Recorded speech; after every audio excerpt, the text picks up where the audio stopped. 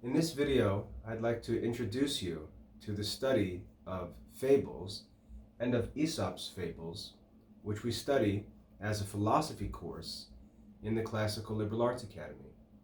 In this video, I'd like to do a couple of things. First, I'd like to explain what a fable is and talk about fables. Second, I'd like to explain how we study fables. And then thirdly, I'd like to begin by studying our first fable in this course, which is the fable of the two frogs. So, to get started, what is a fable? You can see that our Aesop's Fables course is under the philosophy section of our curriculum. We don't put it in enrichment. We don't consider it to just be literature. We consider it to be philosophy class that's studied for the sake of philosophy. And it's a 100 level class, meaning that it's recommended for any students from ages 8 or 9 all the way up through adults. So Aesop's Fables is a philosophy class, an important class, and in it we study almost 400 different fables. Now, what is a fable? A fable is a story that's made up to communicate a message using symbols. A fable is a story that's composed to communicate a message using symbols. All right? A good example of a fable is found in the Old Testament when David commits a terrible sin, kills a man, and commits adultery. David's committed a terrible sin. He's a powerful king. And the prophet Nathan needs to go and call David to repentance and tell him that he needs to turn from his sin, to confess his sin and make sacrifice for his sin and return to God. But Nathan needs to be worried that David doesn't react violently and try to hurt or kill him, because obviously David is not thinking very clearly at this point in his life. And so what Nathan does is he teaches David a fable. And the fable is meant to do the work that Nathan needs to do. He needs to call David to return to God. But he's afraid that if he does so with plain language, it might make David angry. And so Nathan tells him a fable about a man who owned a lamb, and another man came and took his lamb. And as he tells this fable, David gets upset about the story. And he's upset with the man who steals the other man's lamb. And so David, in anger, says, "Who is this man? He must be punished for this crime that he committed." And Nathan, at the end of the fable, says, "You are the man." And then David repents, turns back to God, confesses his sin, offers sacrifice, and lives happily ever after. So that's a good example of a fable. And what we see in that fable is the purpose of a fable, okay? The reason why we use a fable, there's a few reasons. First of all, fables are easy to understand. Fables communicate using symbols that the audience understands, simple things that are easy to understand. That's the first reason we use fables. The second reason is because a fable is easy to remember. One of the goals of speaking or teaching is that we not only want to say things that are true and good, but we want the people we speak to remember what we've said. And fables are easy to remember. The third reason why a fable might be used is because if we tell someone a message plainly and directly, their emotions might cause them to not accept the message. They might respond in anger or in pride or whatever. And we want to avoid that. And by telling a fable, we ask the person to think about something else or someone else, to think about that person. And usually when we think about other people or other things, we can think clearly and honestly. But when we think about ourselves, we often try to excuse ourselves or defend ourselves. And so by asking someone to think about someone else or something else allows our audience to think more clearly and make a judgment that's more honest and fair and clear. And so these three benefits are why we might choose to speak to another person or a group of people using a fable, all right? They're easy to understand, they're easy to remember, and they allow a person to think clearly about something that they might not be able to think clearly about if we speak to them directly, okay? Another great example of fables is the teaching of Jesus during his life, which is recorded in the Gospels for us. We see that Jesus always taught the people in fables. We call them parables. But what Jesus did when he came into the world, he had very difficult things to teach and explain to people. For example, he was God in the flesh. That was a mystery that no one could possibly understand. And so Jesus explained it using fables, parables. Jesus also had new teachings to introduce. He had to introduce, finally, the teaching of the resurrection, that man, after he dies, would rise again from the dead and be judged. And Jesus teaches this using fables. They're easy to understand, they're easy to remember, and they allow people to think about things that they might not be willing to think about if they're told plainly and directly. So Jesus gives us an example of how fables are used and how important they are. The Son of God, the great master teacher, when he came into the world and needed to teach the truth to men, chose to use fables. That's how important fables are in our teaching and studies. So don't be surprised to find Aesop's fables in the philosophy section in the Classical Liberal Arts Academy. They're not just little children's stories to be read for fun. They're actually very wise lessons in moral behavior that are taught using symbols. Okay? That's what fables are. Now, second, how do we study fables? Well, first of all, we have to realize that when we are studying a fable, we're studying a fable. And so the first thing we want to do is listen to the fable or read the fable from beginning to end and learn all of the details of that fable. We want to learn what the story says, who the characters are, what the place is where the fable takes place. We want to get all the details and all the information that we can out of the fable because the author has chosen to include all of those details in the fable, and he did so because they're all important to his message. Now, if the authors of fables were foolish men, we might think that they included details that really aren't important, because a person who's not a good speaker will say things that are not necessary. But when we know that fables are written by wise men who don't say anything that's not necessary, who say exactly what they intend to say, nothing more, nothing less, then we have to assume that the details and all the information in the fables is important.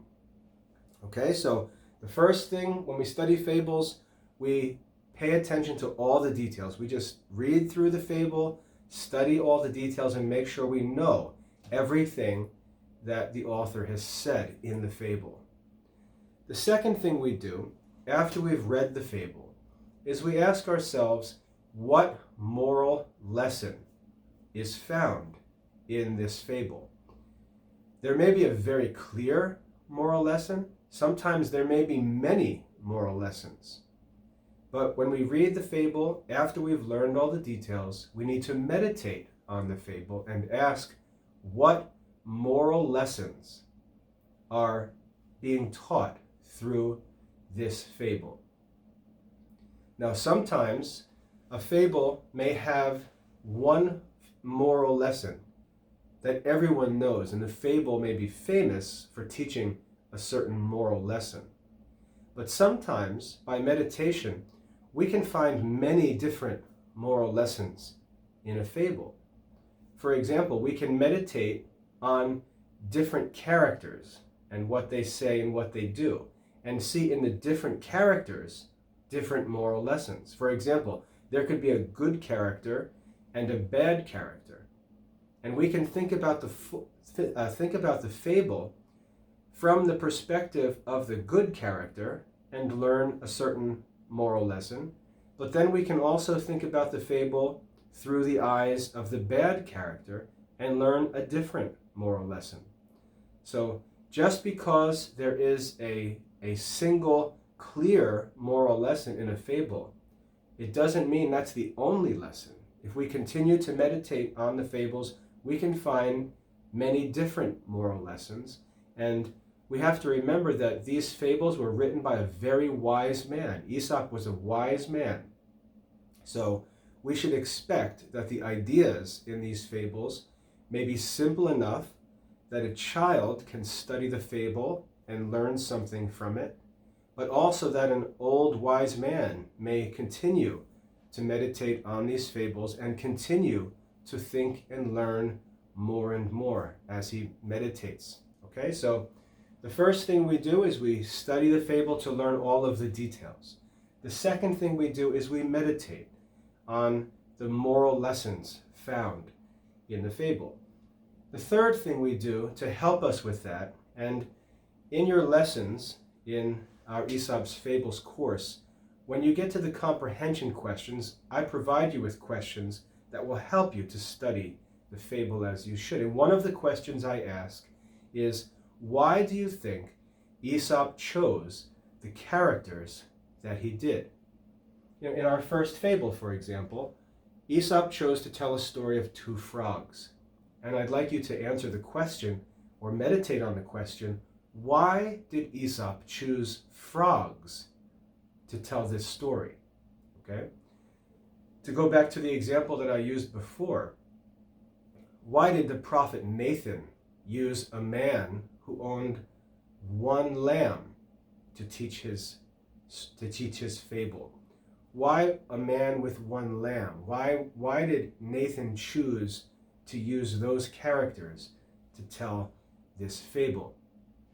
That's an important way to start to meditate on the meaning of the fable. Now, one of the problems is that whether you're studying the parables of Jesus or the fables of Aesop, is that they assume that you know a lot about the natural world. Aesop and Jesus both assume that you know about animals, that you know about plants, that you know about nature, that you have some experience in the world with other people. And so there are some things that are assumed in a fable. And usually you'll know enough to know what needs to be known to understand the fable. But sometimes you won't. Sometimes you may come upon a fable where there's an animal that you don't know anything about, or you've never been around certain animals and you don't know how they act, so you don't really understand what Aesop's talking about. That's why natural history, which we study, for example, in Pliny, is helpful. It's helpful to learn about animals. It's helpful to watch good nature videos that teach about the characteristics of animals or plants, because they'll help us to understand some of these fables. For example, you have to know in Aesop's fables that a fox is tricky. Okay, foxes on a farm, foxes are considered enemies to farmers and farm animals. Foxes will kill chickens. Foxes may kill, rabbits and cats and small animals. And so foxes are tricky. They sneak into the chicken houses, they steal eggs, they kill chickens. And so for a farmer, the fox is seen as a tricky, dangerous enemy. Even though they're very beautiful, they're one of the most beautiful animals, but they're bad and tricky on the farm. Wolves are treacherous and dangerous and violent and nasty. And so you'll see wolves in the fables, and you have to understand what they represent. Sheep are always considered to be gentle and friendly and innocent. So when you see a sheep in a story, you'll have to understand why Aesop would use a sheep. And we need to meditate and think about the characteristics of different animals and characters to understand the meaning of the fable. So I'll always ask you, why did Aesop choose the characters that he did? And you may need to do some study to figure out why, okay? So how do we study fables? Fortunately for you, in the Classical Liberal Arts Academy course, your comprehension questions, the assessment that's provided for every lesson in Aesop's fables, will guide you through the right study of Aesop's fables, okay? So you should know what a fable is. You should know the 3 reasons why fables are useful. And you should know how we study fables, okay? Now we can go ahead and get started with our first fable, which is the fable of the 2 frogs. And I'm going to read it right from your lesson here. And then we'll walk through it and meditate on it together so you get an example of how to study a fable, okay? This is Aesop's fable of the 2 frogs.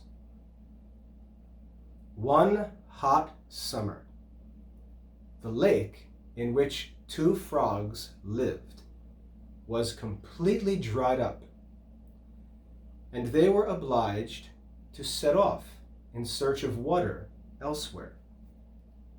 Coming to a deep and deliciously cold well, one of the frogs proposed that they should jump in at once. "Wait a bit," cried the other. "If that should dry up, how could we get out again?" That's the fable of the 2 frogs. So now let's study this fable.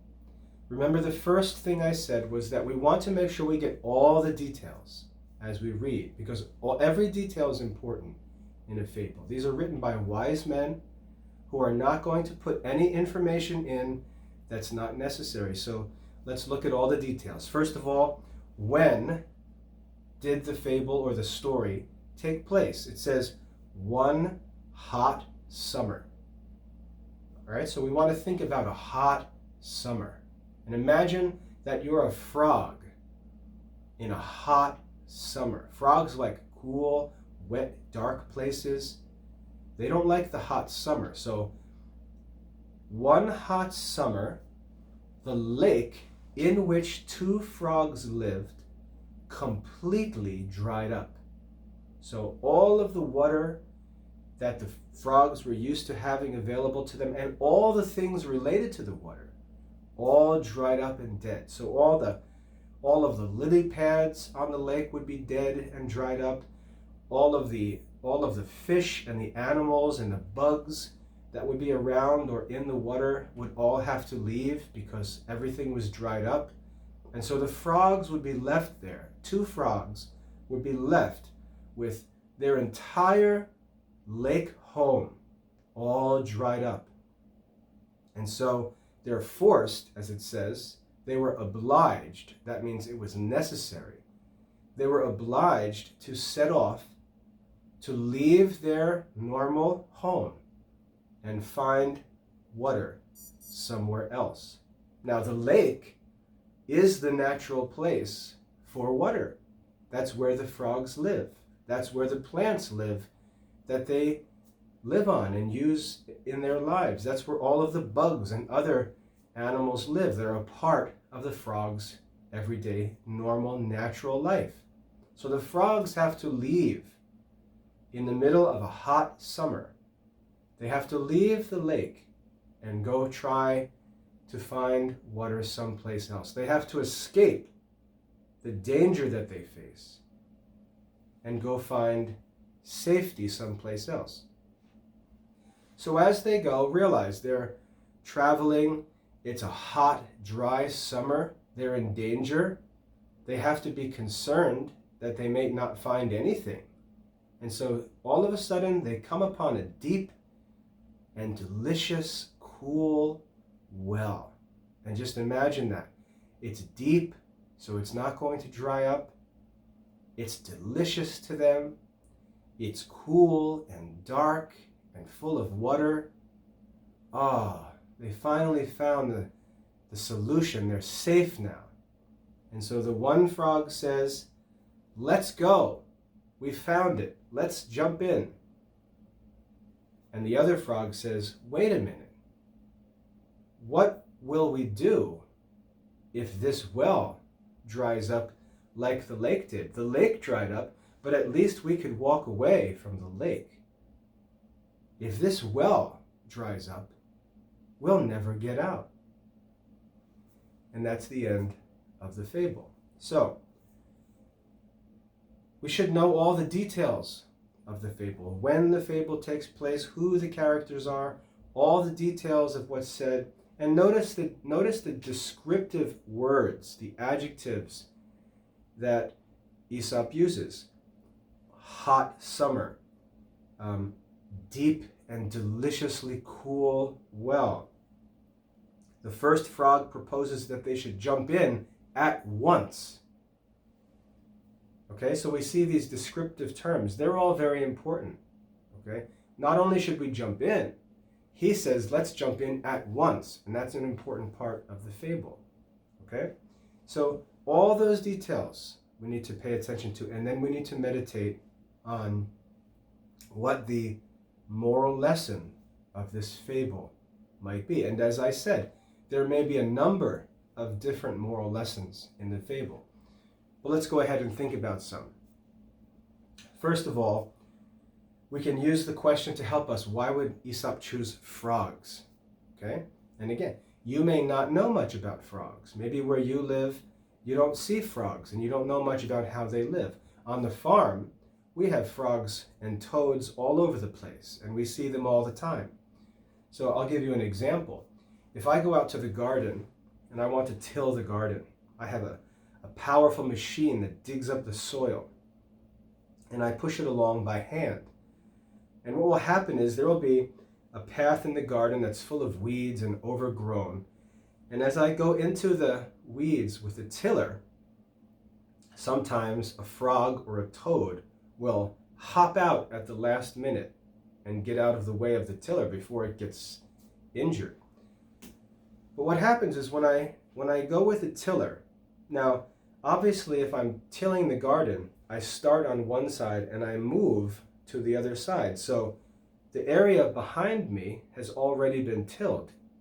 The area in front of me hasn't been tilled yet.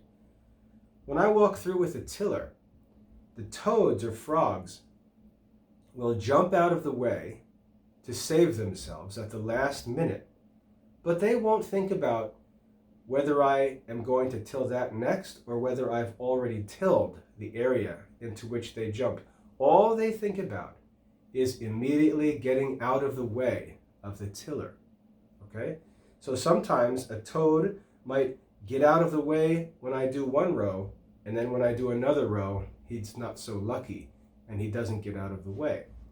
The frogs don't think of anything except their immediate escape, and they leap in any direction. Sometimes it makes no sense where they're jumping to, but they don't think about where they're jumping. Their instinct is just to escape danger and jump anywhere out of the way. So when we look at these frogs, we find that they leave the lake. They're trying to escape this present danger, which is that the lake has dried up.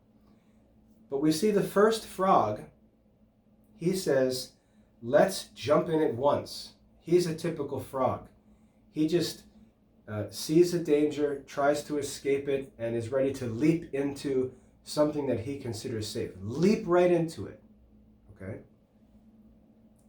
But then the other frog, who's a wiser frog, thinks about it and says, wait a minute, just because we can escape this one problem and leap into this well doesn't mean we'll escape all of our problems, because the same problem may come to us there, and we may be found in an even worse situation because we won't be able to get out. Whereas when the lake dried up, not only are we able to leave, but we're able to find something else. If the well dries up, we won't be able to save ourselves. So just because we're safe from one problem doesn't mean that any solution that's present in front of us is a good solution. So we need to think before we leap. Okay, and that's where that moral saying comes from. Look before you leap. That comes from Aesop's Fable of the two frogs. And so we're warned not to react without thinking when we face trouble, but to think soberly, because something that appears to be a solution may in fact be worse for us. And so we need to look before we leap. And that's the basic moral lesson of this fable of the two frogs. Look before you leap. Just because you face trouble doesn't mean that any solution should be accepted. You need to think about all of your options, and you need to make sure that the situation you jump into isn't just as bad or worse than the problem that you're leaving behind. There's another moral saying, to jump out of the frying pan and into the fire. And that, again, comes from this fable of the two frogs. Imagine if you're a frog, or whatever, in a frying pan, and it's hot and you're starting to burn. And so to escape the frying pan, you jump out of the pan into the fire. Just because you've escaped a present danger doesn't mean that you've moved into a better situation. You need to look before you leap. You need to not jump out of the frying pan and into the fire. Okay? That's the moral lesson of the fable of the two frogs. Now, as I said, we can look at this from the different perspectives of the different characters. Imagine if we were to look at this fable through the eyes of the first frog. We can see that he's desperate to find a solution, and he really doesn't care. He's just looking for water right now. Okay? What we see in him is a foolish person who overreacts and doesn't actually think carefully to escape trouble, but just runs into another problem. Okay? And so we can tell ourselves that we need to be careful that we don't act like the first frog. We can meditate on the fable from the perspective of the first frog, and we learn a lesson about what not to do. We should not just leap out of a problem or out of a situation that scares us and not think about what we're leaping into next. Okay? We should not be like the first frog. But now we can turn around and look at the other frog and look at the fable from a different direction. And we can say, the second frog lives in a lake that's dried up, and he knows that he needs to leave because the lake is dried up and he needs to find water and a place to stay. But when he does so, he doesn't go into it crazy and reckless. He's not scared. He's not anxious. He's thinking soberly and carefully because he doesn't want to go from one bad situation into another or into a worse situation. So he's not anxious, he's thoughtful, he's careful, and he considers what the solution is and only will accept a real solution that's actually better for him. So this fable teaches us not to be like the first frog, and that we should be like the second frog. So when you see people facing trouble, or they have a difficult situation, or there's a problem, and they get emotional and excited and anxious and concerned, those people are like the first frog. And those people are going to leap from their bad situation into a situation that may be even worse. If you see a person who's facing trouble or has a difficult trial in his life, and he stays calm, and he's slow, and he's thoughtful, and he's careful, you'll see that that person moves from a trial in his life or a difficult situation into a better place by being calm and careful and thoughtful about what the solution might be. You'll also find for Christians that people who trust in God won't panic. They won't be anxious. They won't get scared if there's a threat or danger. They won't act, recklessly without thinking. They won't just accept any solution. They'll think carefully. They'll trust in God. They'll pray for God's help. And they'll ask, what does God want me to do in this situation? And that's the only thing that they'll think about. A good example of this in the Bible is Job in the Old Testament. Job faces terrible suffering. People around him are going crazy, all upset or angry or anxious. And Job just remains calm and thoughtful. He fears God. He continues to love and pray and trust God. In fact, he says, even if God should kill me, I will still trust him. And Job is an example for us of this second frog, the frog that's wise and careful.